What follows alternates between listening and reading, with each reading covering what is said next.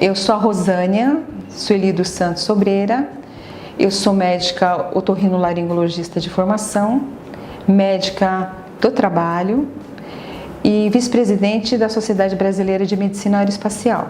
Eu tenho uma experiência com aviação civil de 21 anos trabalhando na aviação civil, né? Prestando serviços, né, à aviação civil. O ar seco, ele tem uma repercussão no organismo como um todo, né? Mas principalmente nas vias aéreas superiores é onde mais é impactante, digamos assim, né?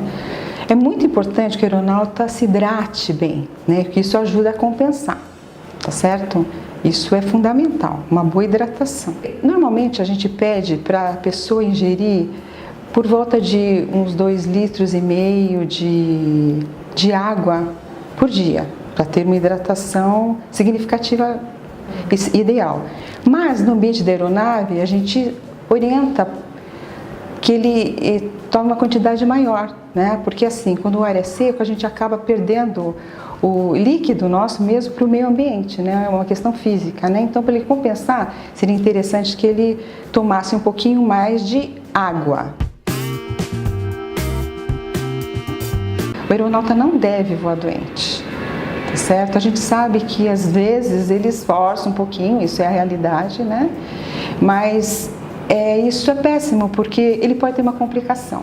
Então, por exemplo, um resfriado, uma rinite, que ele pode estar tratando e perder um dia, coisa e tal, às vezes ele força, ele voa assim, sem condições, ele tem uma complicação. Uma barotite, por exemplo, né? E isso vai tirá-lo de voo, porque ele vai ter uma dor tão importante na descida que ele não tem condição de continuar. Ele mesmo sai de voo, porque realmente é uma dor lancinante, é como se fosse uma agulha mesmo, né? Tanto a nível de ouvido, como nos seios da face, né? Que são cavidades que têm ar. Quando ele não está em condições ideais, a equalização ela não ocorre de uma maneira satisfatória. E às vezes, quando o avião começa a descer, ele sente aquela dificuldade, né? A audição não está adequada, fica aquele abafamento.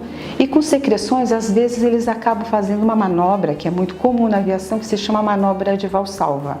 Ele fecha o nariz e tenta fazer uma pressão para equalizar, tá? Só que quando ele tem secreção, isso é péssimo, porque ele vai potencializar o quadro dele, ou seja, ele vai mandar a secreção lá para dentro do ouvido. E nessa ocasião, rompe alguns vasos que ficam dentro da orelha média e faz o que a gente chama de hemotímpano. Quando você tem secreção, você não faça essa manobra.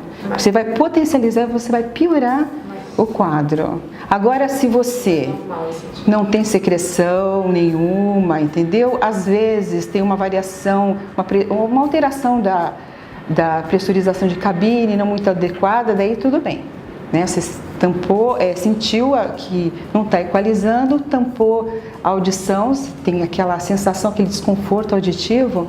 Desde que você não tenha a secreção, essa manobra é interessante. Mas não só a valsalva, se você mastiga, se você fica deglutindo, né? O fato de deglutir é como se fosse uma ordenha da tuba auditiva, né? Você mastiga, engole, a faringe desce e a tuba auditiva ela acaba abrindo, como se fosse uma ordenha, daí você acaba equalizando as pressões. A atividade aérea é um ambiente de ruído, né? Os aeroportos ruidosos, a turbina, ela chega a 100 decibéis, 110, né?